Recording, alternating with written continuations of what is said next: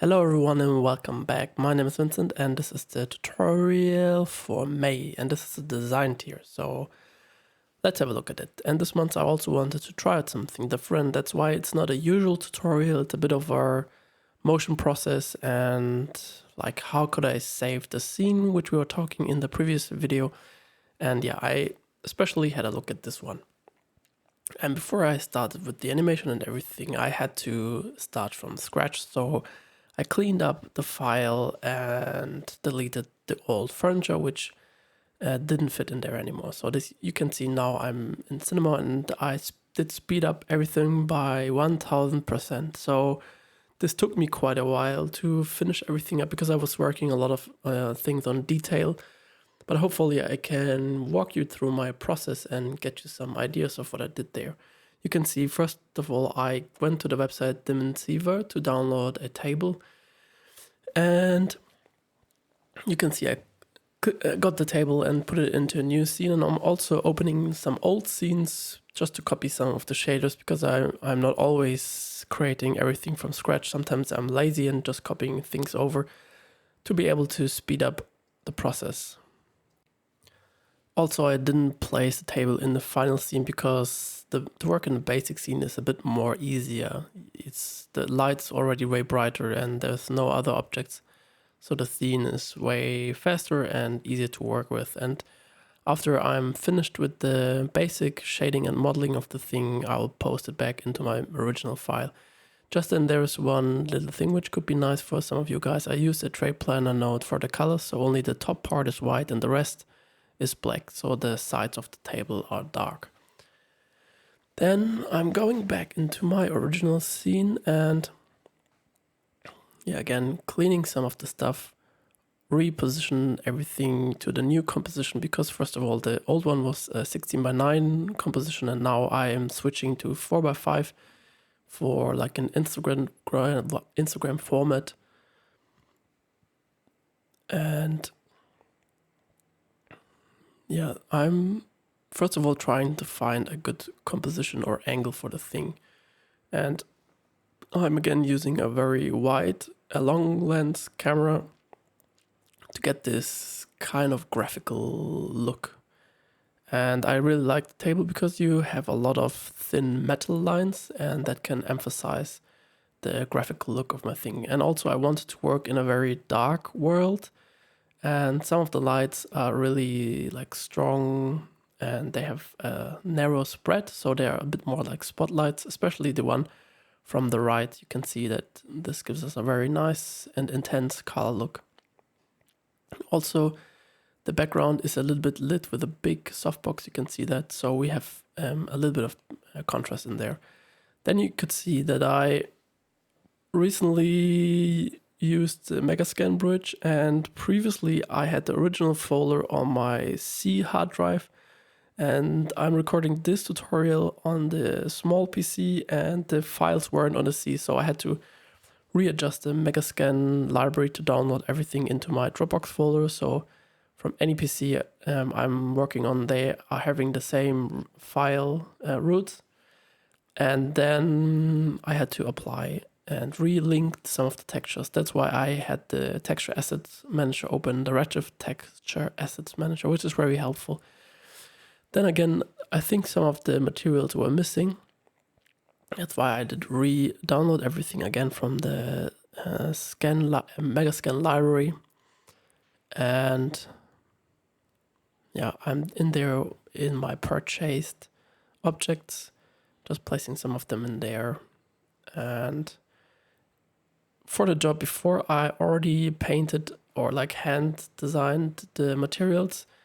And for me, the easiest part was to open the albedo file and just copy and paste my vector files and my graphics into the Photoshop file and save myself another albedo or diffuse color file.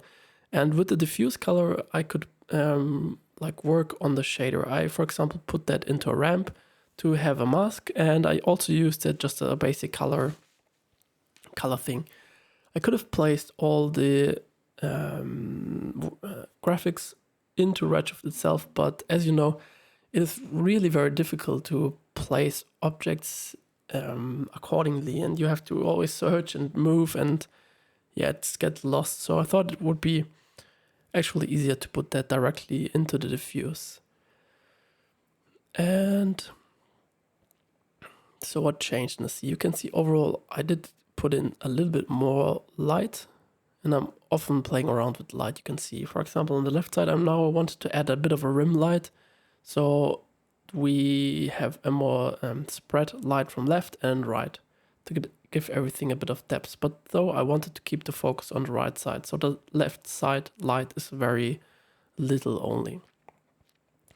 And then you can also see that there's everything still written with Paleworks, and that is a friend of mine, Ozan. He has this studio, and they're also producing furniture and pullovers, and they are actually also a graphic design studio.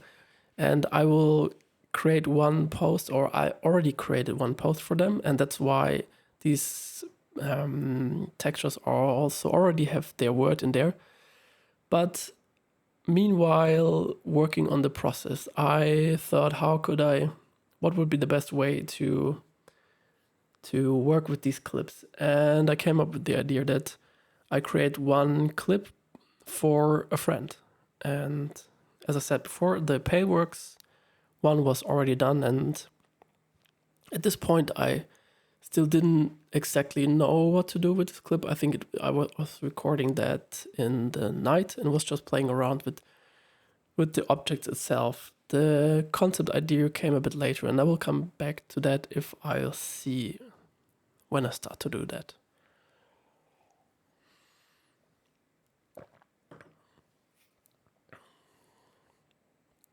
So just some workflow, and I'll take a little break and breathe.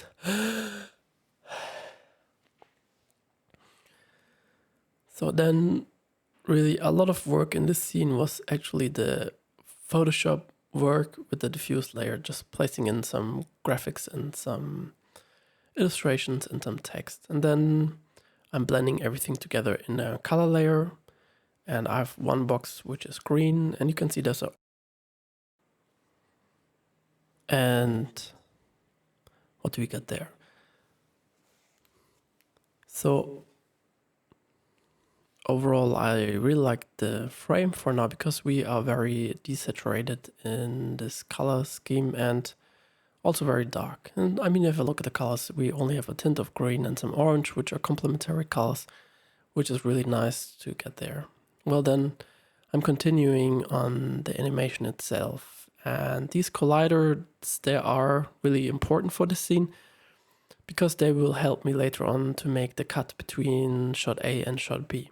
So therefore I'm tweaking these things, and overall you have to keep in mind that I created a scene which is 250 frames long, and you have to animate the camera over the 250 frames, and you have to animate these colliders.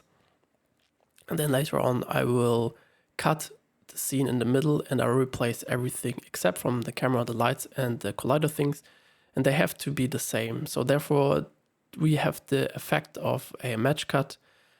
And yeah, I think this is working very well, and it's kind of interesting to cut two scenes together like that. But keep in mind, very important is that they are in both scenes exactly the same. So therefore I'm only first of all working on the first part, and if everything is done, if I like the animation and so on, I will switch on the scene B. So having back a look on my work there, well, what am I doing there? Yeah, testing some things. For example, if we could put some glass textures on the objects from the bottom, but it didn't work. So I went back to a normal one, and I can see I'm at a very dark scene. What is happening now? Very bright. Yeah, and remember I had some issues with the color profiling with the ACES OCIO. Sometimes it was pretty dark, and then I closed the PC and it was pretty bright again. So yeah, really hoping for some OCIO color workflow updates very soon.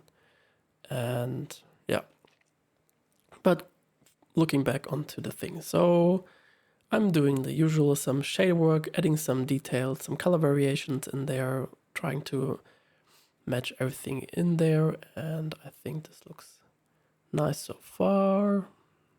Then probably comes the animation part, and in this part it was still very easy. Then let's see how it continues.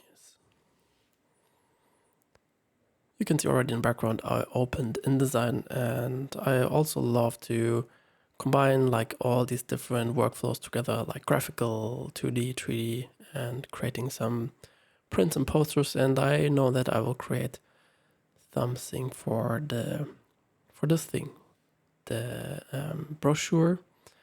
And I was trying out some different position for them and didn't know how much in the center it should be and which color it should be. Again, I said I wanted to keep everything desaturated, but yeah, trying out some things. For example, if I could put it in an image, but I definitely thought it was too much. And I liked the thing of sometimes you have to think outside, nothing more, because it could be so obvious to say you have to think outside the box. And then at the end, it's only about the boxes. And yeah, in the first place, I thought it could be cool to kick the box open and stuff will fall out, but it changed a little bit later on because I had the idea with the coffee clip for Turnquist, a friend of mine, and yeah, I guess more will be seen later. So let's see, composition wise. I think it has a really nice ratio of composition, and you can see I'm already opening a Photoshop and trying to paint something in there. Just a little thingy, that's why we have the, I guess I made a cut in there. But with the Wacom pen, you can paint with pressure. That is really annoying, and I knew that I made an update, or like I knew I found something previously, but on this PC I didn't have it. But you can Google around, and there's a stupid workflow that you can have pressure intensity on your Wacom on your Windows if you're not using the freehand crap from them.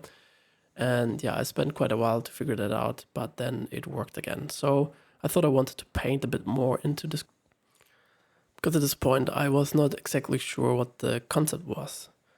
And what do we get? Trying some ideas there. Updating some shader. And yeah, again, I had the idea about the outside the box thinking, and it would be hidden on a box.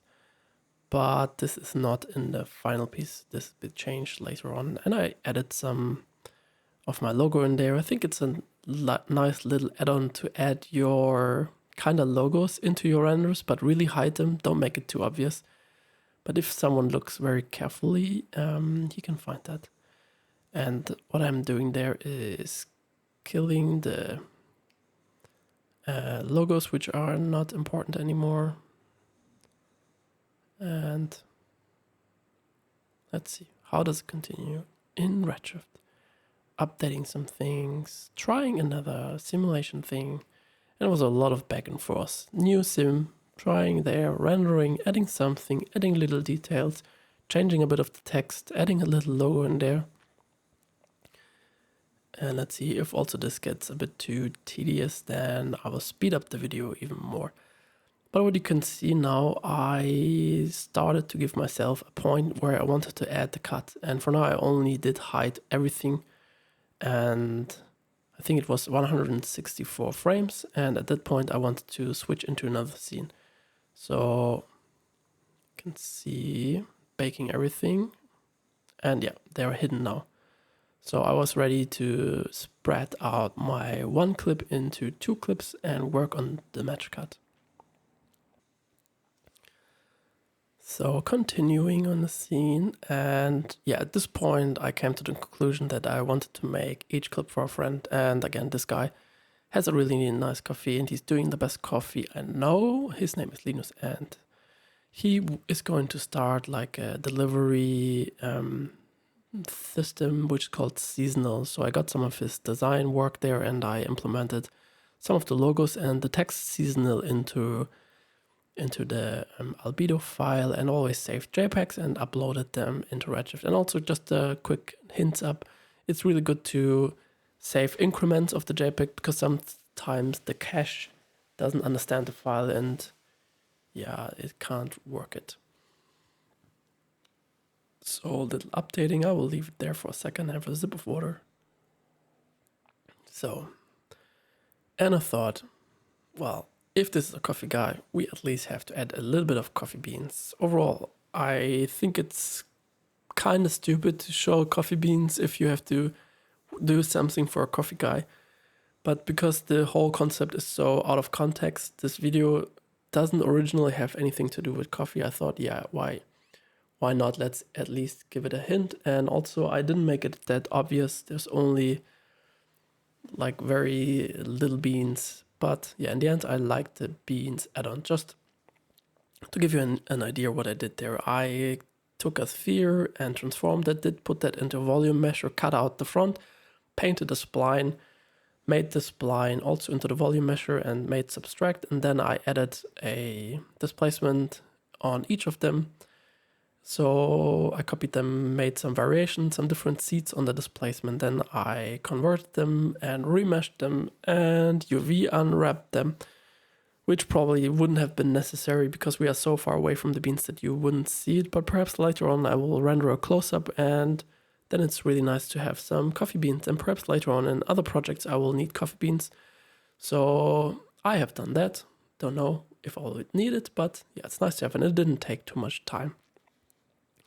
So then I thought it would be really nice to have some of the beans on top of one of the delivery package where he is actually sending the beans away. So putting them into a cloner, some classical clone sheet stuff, putting there a dynamic tag, some random things, some push apart that they won't fly away too much. And I think this already works pretty well, that some of them are lying on top of the box and a few are dropping down. And now I'm at a close-up of the beans and having a look how the shader works, and also made a little bit of shader work. Again, we are so far away, I could have saved that, but I really love doing details, and I kind of have a bad feeling if I don't work on everything in the scene. And also I think you have to put that effort in there to sell the overall realism and details. So overall, also, if you do a lot of details, you'll get faster and faster, and it's so easy to implement that. Then going back into the scene, I obviously had to recalculate everything again, and also the scene is really cool and quick to do because there are no soft body or anything like that. And I thought it would be nice if the glowing thing could hit one box and it shouldn't fall too far away from the stage, so some of it should stay inside. And I tried several versions till I found something which was nice and which I liked. And then I created my bee scene again, and I thought again it would be super nice to have lots of these delivery boxes from Linus, and there should be the hint of coffee. So creating a lot of boxes with the classical procedure, put them in a cloner, put them in a random effector, give them some push away. Then creating a lot of beans, and I wanted them to fall around and make everything a bit more interesting. Also about the scene itself, the objects are not falling down because I have follow position and follow rotation. And then I am back into my red view to see what I was doing there, and I liked it quite much because we have a nice combination of light, color, we have this glowing part, we still are in a very dark world. And I think also the spread of the color was pretty nice because overall everything was quite desaturated, but we got some color spots, and you can see the spots in here again, opening Photoshop and adding more of the details from Linus from the seasonal and some of his logos and prints on his actual box, and updating everything, updating the shader and updating the simulation. And let's give it a go. And you can also see on my scene I'm starting at frame 140, so I gave the simulation a little bit time to settle in, and then I will make the cut at 164, so I won't render the first frames. And I think also this is quite important or interesting to keep in mind, that you're not rendering your simulations from the first frames, because that's always like so visible, so very cinema-like. So keep it a bit going and then start the simulation. And again, to the colors, you can see we have this bit of green and bit of blue and bit of orange. This is also a very nice color contrast.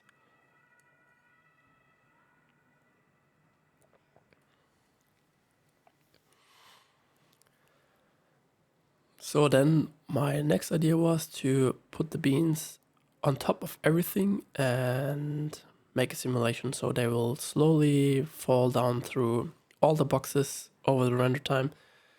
And yeah, that was also the concept I went in the end. At this point it was way too quick, but we'll see later on. And then I'm always like tweaking little things, putting this 1mm to the back, changing the light a little bit and hoping for something to find a better angle. Let's see what's happening there. Yeah, baking takes a little bit of time because I had so many beans, and also the beans are actually quite high poly, probably way too high poly for my work here. And also in my dynamic settings I had a quite high step range, so I don't have too much of intersection and wrong happenings. Yeah, but you can see, I think it's kind of nice. And what do we get?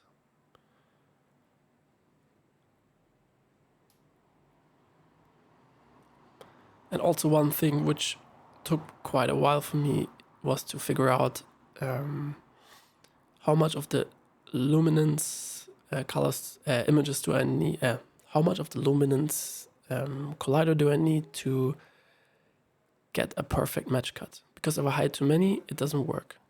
And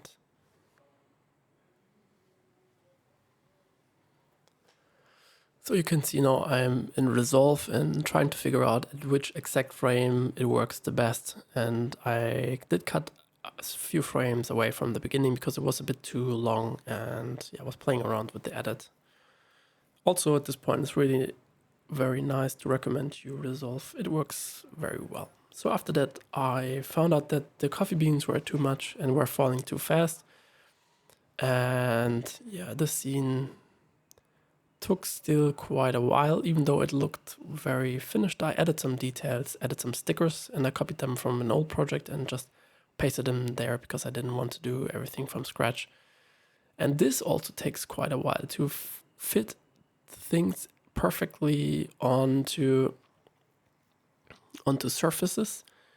There we could have used the collision collider deformer, but that's a bit tedious.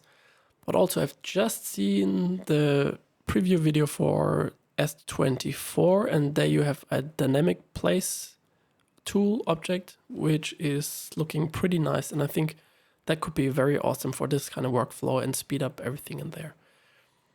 Then again, working onto my files, adding more of his logos, turquoise there, delivery there, and updating a bit of the shader. The normal map was too strong. I had 2 and I dropped it down to 1.5 just to make it a bit less intense. Yeah, you see this issue, always intersecting, trying to figure this out and trying to not have it to hover over the thing took a while. So then again, putting everything in place and calculating this motherfucker. And hopefully it worked. So yeah, you can see it's pretty nice, but there was one thing I didn't, in the cloner I was having iterate, not random. So it really looked a bit strange and I changed it later on. At that point I wanted to try to paint on the boxes, but I quickly gave that up. And again, adding a few more of my logos. I don't know if it will be seen, but again, little details are doing the thing. And I guess I spent so much time in Photoshop for this project. But yeah, you get it. So going back into Cinema, updating the file and playing around a bit with the position. So yeah, and then there was one box in the center which I thought was still a bit boring, and I copied it and I pasted 2 more stickers from each side, from the top and the bottom. And also one very important thing about that, if you want to put a sticker into the box and put a collider tag on top of everything, you need to switch the collider tag to compound shape so the sticker itself won't fly away. And I think in the first place I didn't have that, so the stickers were flying away. But at this point I already fixed that. So increasing my collision because I still had some intersecting going on. And let's see what I was doing next. Yeah, this part was a bit too much for me because it was very obvious and very big, and I thought it would be nicer to just switch it back into typography. So updating the JPEG, going into my shader and updating the thing again. Yeah, but it helped. And I loved the graphical look of the type onto this paper cardboard thing. So, and after finishing the B shot, I went back into the A shot and copied all the stickers from the one I used there and placed them into the first shot. And now I thought it would be really nice to add some color contrast and some details in there, and also guide the eye to the center of the attention on the right there. So now I'm already at the end of this speed workflow and my commenting about my work. And I hope you learned something from this style of video. It's a bit different, but also quite interesting. Yeah, and also, by the way, before we're ending the video, I exported everything as an EXR file and did put that back into Resolve, made the final edit, did a bit of the color correction, and yeah, this is the final clip here. So thank you very much for listening, watching, and I hope to see you next month. Bye bye.